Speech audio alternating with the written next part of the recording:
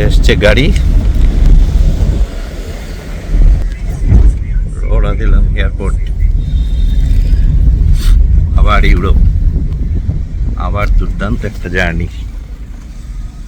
Netaji Subhashchandra Bose international airport, Kolkata.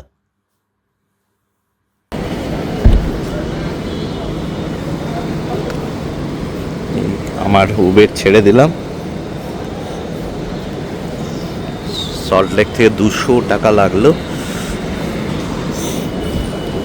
আমার entry gate বোধহয় 4-এ।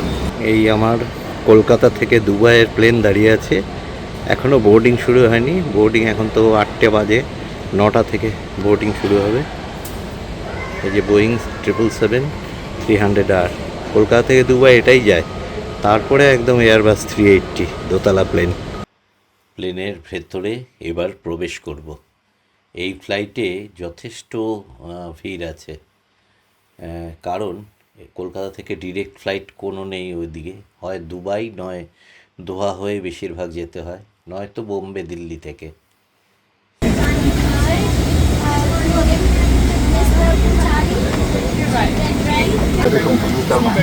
Business ক্লাসের সামনেই বসেছি, কিন্তু সিটটা বাজে, যে স্ক্রিন নেই এই সিটের সামনে। দুবাই থেকে আমার হচ্ছে একদম জানলার পাশে ভালো সিট দিয়েছে, কিন্তু এই সিটটা মোটেই ভালো না।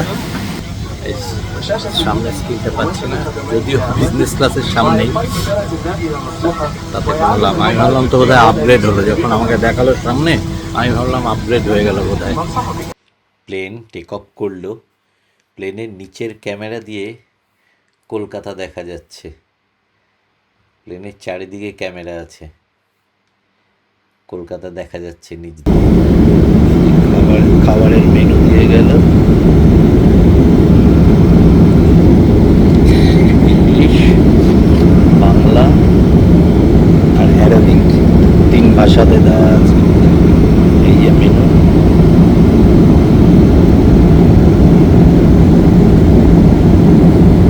সিনেমা দেখা শুরু করলাম, মিশন ইম্পসিবল।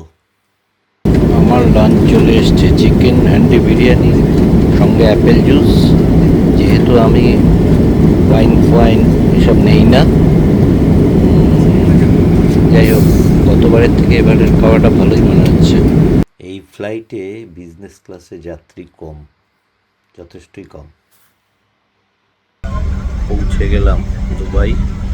এখন লোকাল সময় হচ্ছে 12:30, দুপুর 12:30। বলছে 36 ডিগ্রি সেন্টিগ্রেড বাইরের টেম্পারেচার। আমার তো লাগেজ ভিয়েনা থেকেই নেব, 3 ঘন্টা সময় আছে হাতে। পৌঁছে গেলাম দুবাই।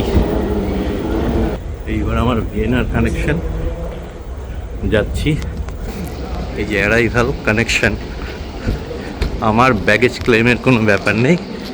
এর আগে দুবাই এত স্মুথ ছিল না, এবার কিন্তু একদম ফটাফট, একদম সোজা। ইলেকট্রনিক্স ওই যে ট্রে, আমাদের ওখানে যেসব ট্রেতে রাখো ওইসব নকশাবাজি নেই এখানে।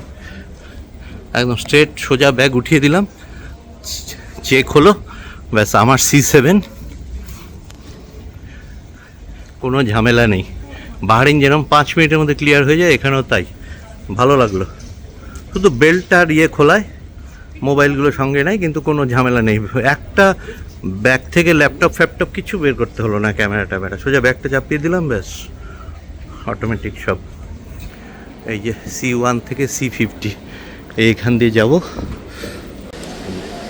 গতবার যখন যাই তখন ছিল মার্সিডিজ বেঞ্জ, এবার একদম BMW লেটেস্ট। কিন্তু এই গাড়ি লটারিতে পেয়ে লাভ নেই, ইন্ডিয়াতে যদি কেউ পায় এত ট্যাক্স কেটে নেবে, ব্যাস। যাই, আমার C7 গেট, সময় আছে এখনও প্রচুর। এখানেও কিন্তু হ্যাপি দিওয়ালি, দুবাইয়ে হ্যাপি দিওয়ালি। এই যে দিওয়ালি এখন একটা ইন্টারন্যাশনাল ফেস্টিভ্যাল হয়ে গেছে, সত্যি একটা গর্বের ব্যাপার।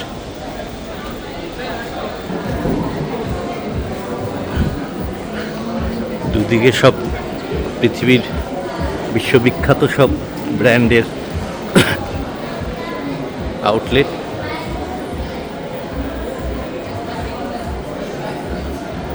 Duty free.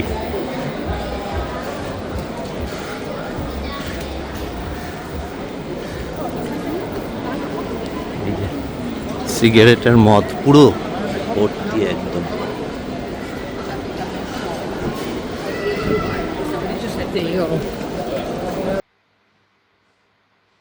বিরাট এয়ারপোর্ট।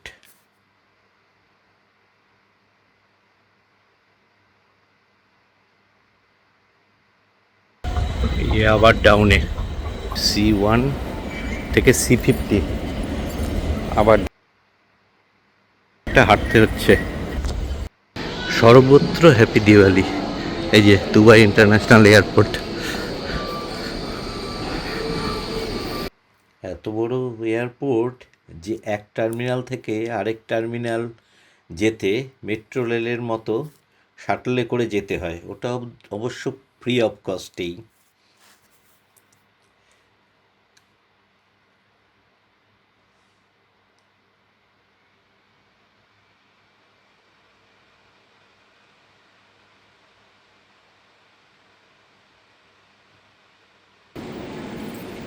সোনার দোকান এখানে নিচে, এই যে সোনার দোকান, সোনার নারকেল গাছ। দুবাই মানে তো সোনাই সোনা। এখানে যেহেতু ট্যাক্স ফ্রি তাই সোনা অনেক সস্তা ভারতের থেকে। পৃথিবীর সবচেয়ে বড় যাত্রীবাহী বিমান এয়ারবাস A380 এই যাচ্ছে সামনে।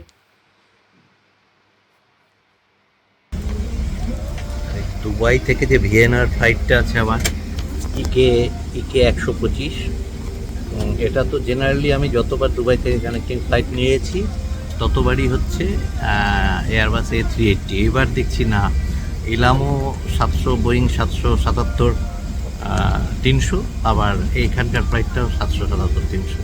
এটা পৃথিবীর সবচেয়ে চওড়া প্লেন, কিন্তু 10টা করে রো থাকে। আর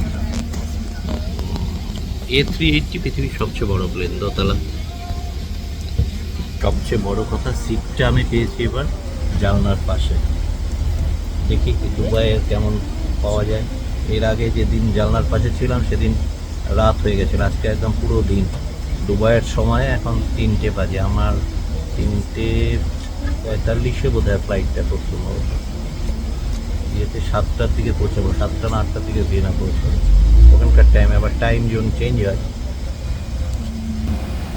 এই যে বোয়িং 777-এর এই যে 3, এইখানে এই যে 4টে, আবার ওপাশে 3টে, মোট 10টা রো। একই রোতে 10টা করে। সেই সিস্টেমটা আছে, প্লেনটা যখন যায় চারিদিকে ক্যামেরা লাগানো আছে, ওপরে নিচে। এই যে এটা লাইভ দেখায় কীভাবে টেক অফ করছে কি। এই যে প্লেনটা এখন চলছে, দেখাচ্ছে পেছনে লেজের মাথার ক্যামেরাটা দিয়ে। আবার এই যে এই ক্যামেরাটা নিচের, এটা যখন প্লেনটা ফ্লাই করবে তখন দেখা যাবে, এখন দেখা যাবে না। এই যে নিচের, এটা উপর থেকে দেখা যাবে।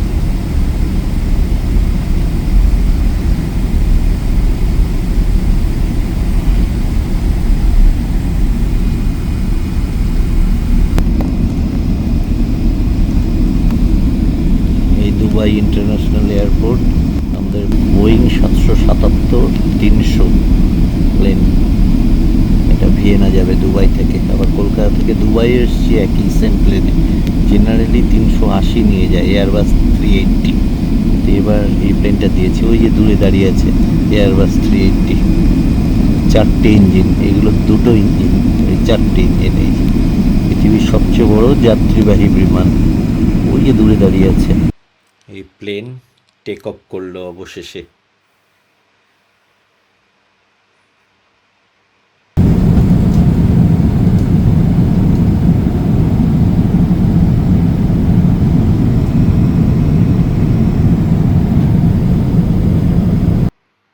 এই জানলা দিয়ে নিচে ভিয়েনার আলো দেখা যাচ্ছে। পৌঁছে গেলাম ভিয়েনা।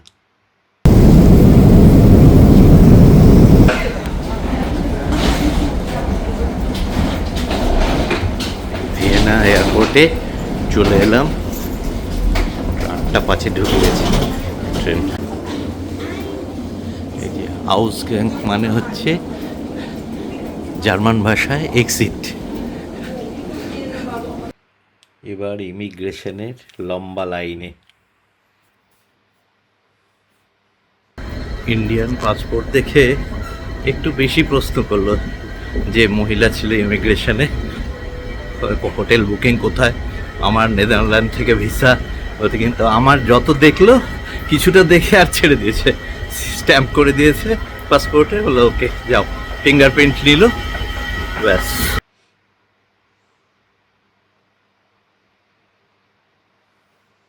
বেরিয়ে এলাম এয়ারপোর্ট থেকে, এবার হোটেলে যাওয়ার বাস ধরতে। সিম কার্ড তো পেলাম না, একটাই দোকান বন্ধ হয়ে গেছে।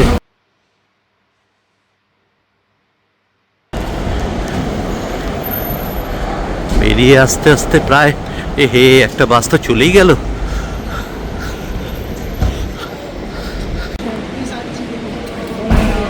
এই যে আমি যে প্ল্যাটফর্মে যাব, এই যে 1 2 3 4 5 6 7 নম্বর থেকে আমার সিটিতে কলম্বাস গাছে যেখানে যাব মেইন স্টেশন, তার সামনে এই যে বাস চলে এসছে, এই বাসে করে যাব। ট্যাক্সি কিন্তু ক্যাব হচ্ছে কস্টলি, ওই যে 2-1 খোঁজ করতে করতে তো বললো ওখান থেকে 2-3 মিনিট লাগবে, আমাকে নামিয়ে দেবে।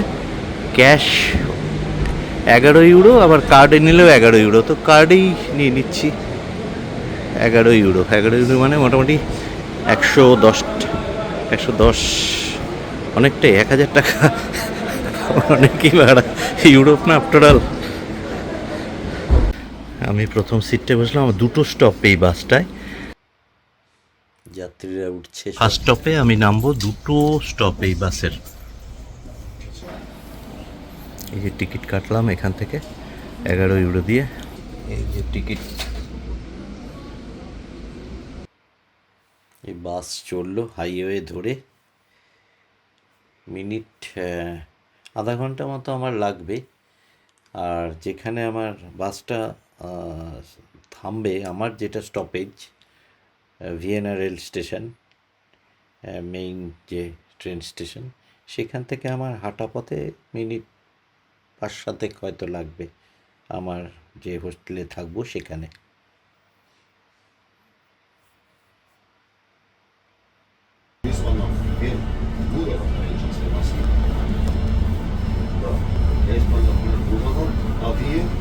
আমাদের ওখানে ট্রাম উঠে যাচ্ছে আর এখানে ট্রাম চলছে, নিত্য নতুন রকমের ট্রাম। এখানে বাস নামিয়ে দিল, এই যে মেইন স্টেশন, এটা ট্রেন স্টেশন ভিয়েনার। এইবার আমি তো একটাই এয়ারপোর্টে দোকান ছিল সিমের, সেটাও বন্ধ, 8:30টার সময় বন্ধ। কি অবস্থা, শুনশান। তো